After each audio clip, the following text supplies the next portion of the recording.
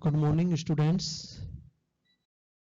MSc final के सभी विद्यार्थियों का ऑनलाइन क्लास में स्वागत है। आज की इस ऑनलाइन क्लास में अपन कीमो सेलेक्टिविटी पढ़ते हैं। जैसे कि पिछली ऑनलाइन क्लास में अपन ने कीमो सेलेक्टिविटी की गाइडलाइन फर्स्ट देखी थी, तो अब अपन देखते हैं गाइडलाइन सेकंड। और जो गाइडलाइन सेकंड है वो क्या कह रही है?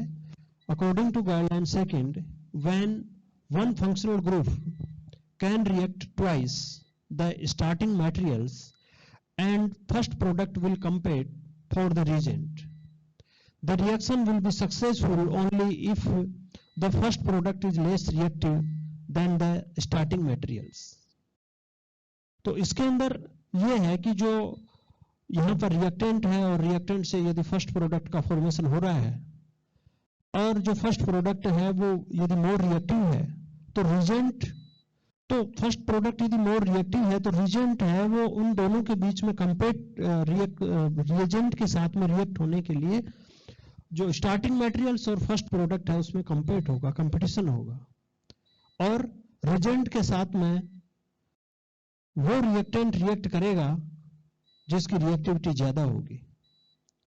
आप एक एग्जांपल दे सकते, एक इसको यूं समझ सकते हैं, ए स्टार्टिंग मटेरियल्स है और यहां पर जेड रिजेंट है और यहां पर उसकी रिएक्शन से यहां पर बी ये फर्स्ट प्रोडक्ट है और ये स्टार्टिंग मटेरियल्स है। यहां पर किसी रिएक्शन का बी है, ठीक है, और यहां पर ये फर्स्ट प्रोडक्ट है यहां पर।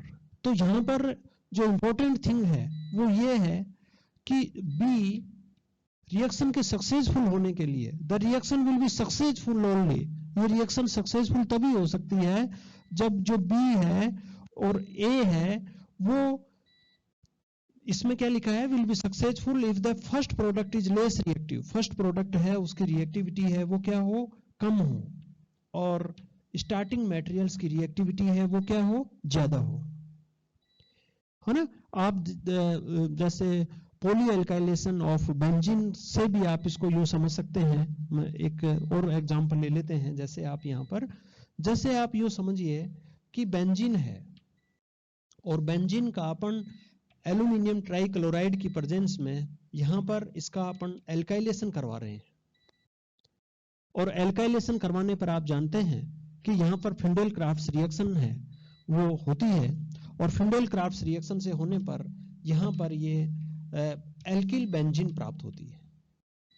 ओके, यहां पर देखिए ये रिएक्टेंट है बेंजीन और ये प्रोडक्ट है एल्किल बेंजीन, और यदि आप दोनों की रिएक्टिविटी को देखेंगे तो R alkyl group is a electron donating group plus I effect creating group, then the benzene ring is more electro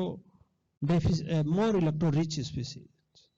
ठीक है, बेंजीन रिंग है उसमें इलेक्ट्रॉन डेंसिटी है वो क्या हो जाती है, इंक्रीज होगी, और इलेक्ट्रॉन डेंसिटी इंक्रीज होगी तो एल्यूमिनियम ट्राइक्लोराइड और एल्किल हैलाइड के द्वारा जिस कार्बोकैटायन का फॉर्मेशन होगा वो कार्बोकैटायन बेंजीन रिंग की बजाय एल्किल बेंजीन के ऊपर अटैक करेगा। यहां पर आप देख रहे हो कि एल्किल बेंजीन और बेंजीन, इन दोनों में मोर रिएक्टिव कौन है, एल्किल बेंजीन, और इन दोनों एल्यूमिनियम ट्राइक्लोराइड और ये एल्किल हैलाइड, इनके द्वारा क्या बन रहा है, कार्बोकैटायन।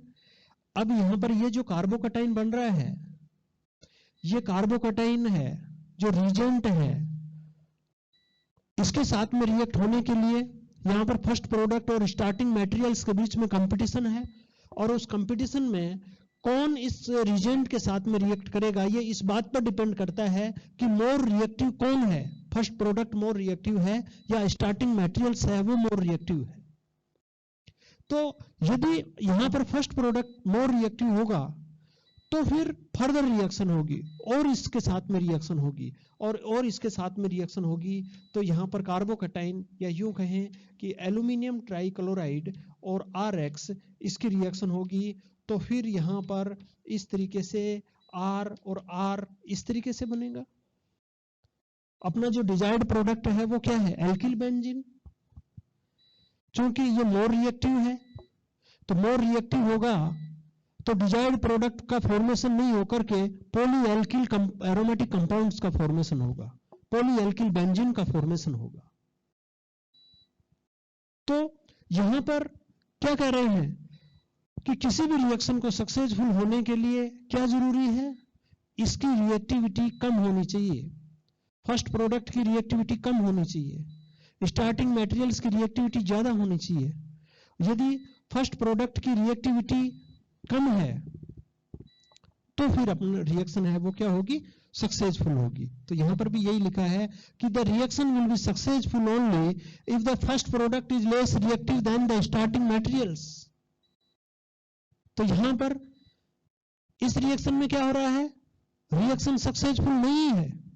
रिएक्शन सक्सेसफुल क्यों नहीं है, क्योंकि यहां पर डिजायर्ड प्रोडक्ट का फॉर्मेशन नहीं हो रहा है। अपन एल्किल बेंजीन की डिजायर कर रहे थे, यहां पर पॉली एल्किल बेंजीन प्राप्त हो रहा है और यहां पर प्राप्त हो रहा है, तो इसका इट मीन क्या हुआ कि यहां पर first product is more reactive है। तो रिएक्शन के सक्सेसफुल के लिए यहां पर जो फर्स्ट प्रोडक्ट है वो क्या होगा, लेस रिएक्टिव होना चाहिए। ठीक है, तो इस तरीके की जो गाइडलाइंस है, ये जो आप इस गाइडलाइन को समझ गए होंगे कि इस तरीके से यहाँ पर ट्वाइस यदि 2 बार रिएक्शन करता है तो फिर अपने को यहाँ पर जो फर्स्ट प्रोडक्ट है उसकी जो रिएक्टिविटी है वो क्या होनी चाहिए, कम होनी चाहिए। इसको एक एनालिसिस के द्वारा समझते हैं, इसको डिस्कनेक्शन अप्रोच के ऊपर अप्लाई करते हैं। एक एनालिसिस देखिए, यहां पर PHCH2O COCl ये एक टारगेट मॉलिक्यूल से है। इस टारगेट मॉलिक्यूल का जनरली पेप्टाइड सिंथेसिस में यूज होता है और पेप्टाइड सिंथेसिस में जो NH2 ग्रुप है उसको प्रोटेक्ट करने के लिए इस कंपाउंड का यूज करते हैं। यहां पर NH2 के साथ में ये Cl रिएक्शन करके यहां पर CONH का फॉर्मेशन करके NH2 ग्रुप का प्रोटेक्शन करती है। यहां इस कंपाउंड्स की बात करें, इस कंपाउंड का अपन सिंपली डिस्कनेक्शन करें तो आप सिंपली डिस्कनेक्शन करेंगे तो आप ये पाएंगे कि यहां पर PH इस तरीके से PHCH2OH बेंजील अल्कोहल प्लस यहां पर ClCOCl फोस्जिन गैस। तो यदि अपन इन दोनों की रिएक्शन करवाते हैं बेंजील अल्कोहल की और फोस्जिन गैस की, तो इस तरीके से अपने को टारगेट मॉलिक्यूल्स प्राप्त होता है। यहां पर ये जो डिस्कनेक्शन है, जो विट्रोसिंथेसिस है, इसका यदि अपन सिंथेसिस लिखें, सिंथेसिस लिखेंगे तो यहां पर देखेंगे PHCH2OH और यहां पर Cl C double bond O Cl।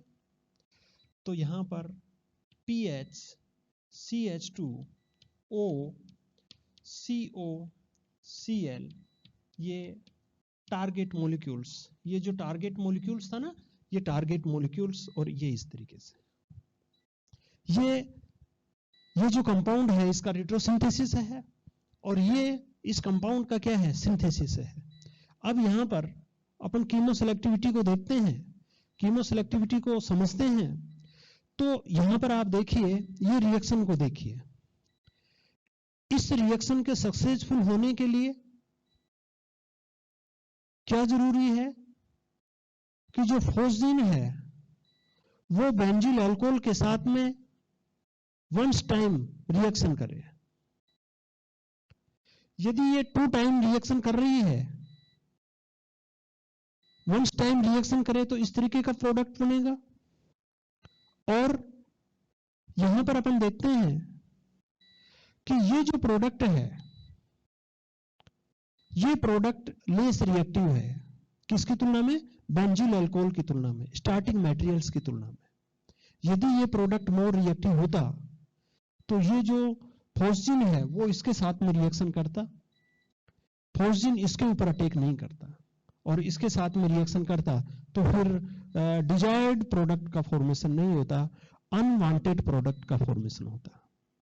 यहां पर ये रिएक्शन इस तरीके से हो, ये रिएक्शन इस तरीके से सक्सेसफुल हो, तो इस रिएक्शन के सक्सेसफुल होने के लिए क्या जरूरी है कि टारगेट मॉलिक्यूल्स या ये है, ये लेस रिएक्टिव होना चाहिए देन बेंजील अल्कोहल, और इस रिएक्शन में ऐसा है भी कि ये जो है वो लेस रिएक्टिव है देन बेंजील अल्कोहल। और उसका रीजन ये है कि यहाँ पर ये जो है ये जो है O डबल बॉन्ड COL है, तो यहाँ पर क्या है, कॉन्जुगेशन है, यहाँ पर कॉन्जुगेशन है, और इस कॉन्जुगेशन के कारण से ये स्टेबिलिटी है, और यहाँ पर इस तरीके का कोई कॉन्जुगेशन नहीं है, तो यहाँ पर ये मोर रिएक्टिव है और ये लेस रिएक्टिव है। और जो यहाँ पर फर्स्ट प्रोडक्ट लेस रिएक्टिव होगा तो ये रिएक्शन सक्सेसफुल होगी, है ना। तो यहाँ पर ये क्या है, starting materials is more reactive than first product, then the reaction is successful, and for successful reaction it is must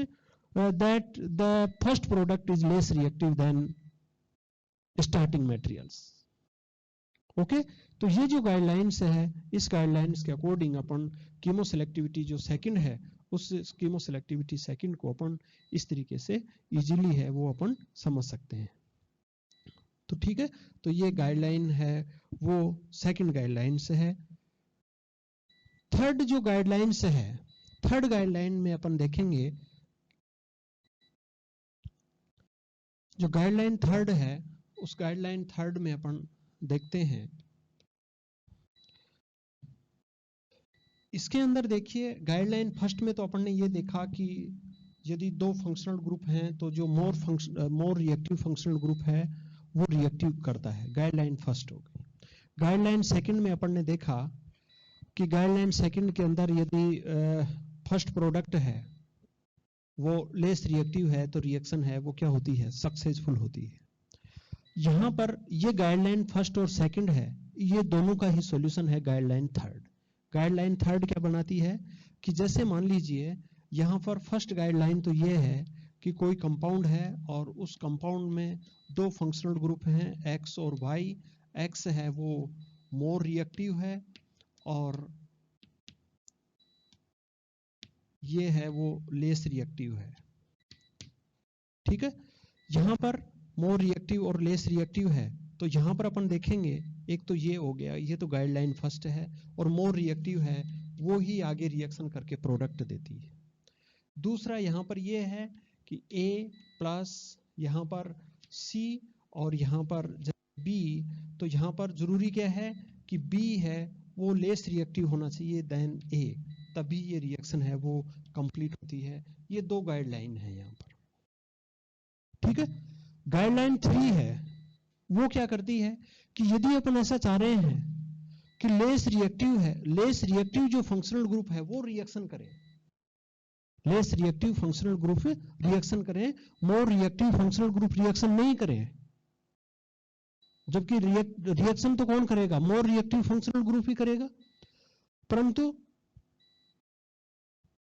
यदि अपन ऐसा चाहें कि लेस रिएक्टिव फंक्शनल ग्रुप करें तो जो मोर रिएक्टिव फंक्शनल ग्रुप है ये तभी करेगा जब इसको अपन क्या कर देंगे, प्रोटेक्ट कर देंगे इसको बाय प्रोटेक्टिंग ग्रुप। तो यदि अपन इसको प्रोटेक्ट कर देंगे तो मोर रिएक्टिव ग्रुप प्रोटेक्ट हो जाएगा और लेस रिएक्टिव ग्रुप है वो रिएक्शन देगा, तो अपन जो डिजायर्ड प्रोडक्ट है वो प्राप्त कर सकते हैं, ठीक है। तो यदि मान लीजिए किसी कंपाउंड में मोर रिएक्टिव और लेस रिएक्टिव दोनों फंक्शनल ग्रुप हैं और अपन रिएक्शन है, डिजायर्ड जो प्रोडक्ट है वो लेस रिएक्टिव की रिएक्शन के अकॉर्डिंग बनना चाह रहा है, तो अपन मोर रिएक्टिव फंक्शनल ग्रुप का प्रोटेक्शन कर देंगे प्रोटेक्टिंग ग्रुप के द्वारा।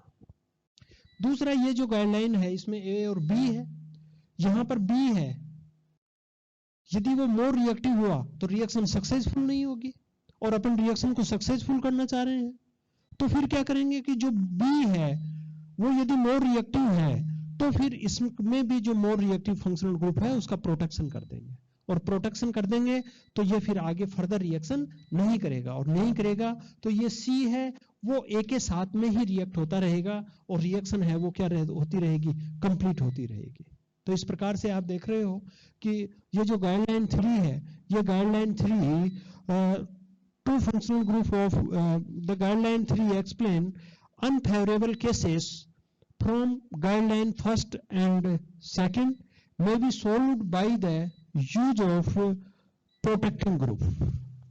ठीक है, तो ये प्रोटेक्टिंग ग्रुप के द्वारा अपन गाइडलाइन फर्स्ट और गाइडलाइन सेकंड के जो अनफेवरेबल केसेस हैं उनको अपन एक्सप्लेन कर सकते हैं. इनके अंदर एनालिसिस क्या होगा और इसके अंदर सिंथेसिस क्या होगा, इसका जो एग्जांपल है वो अपन नेक्स्ट वीडियो में देखेंगे. थैंक्स.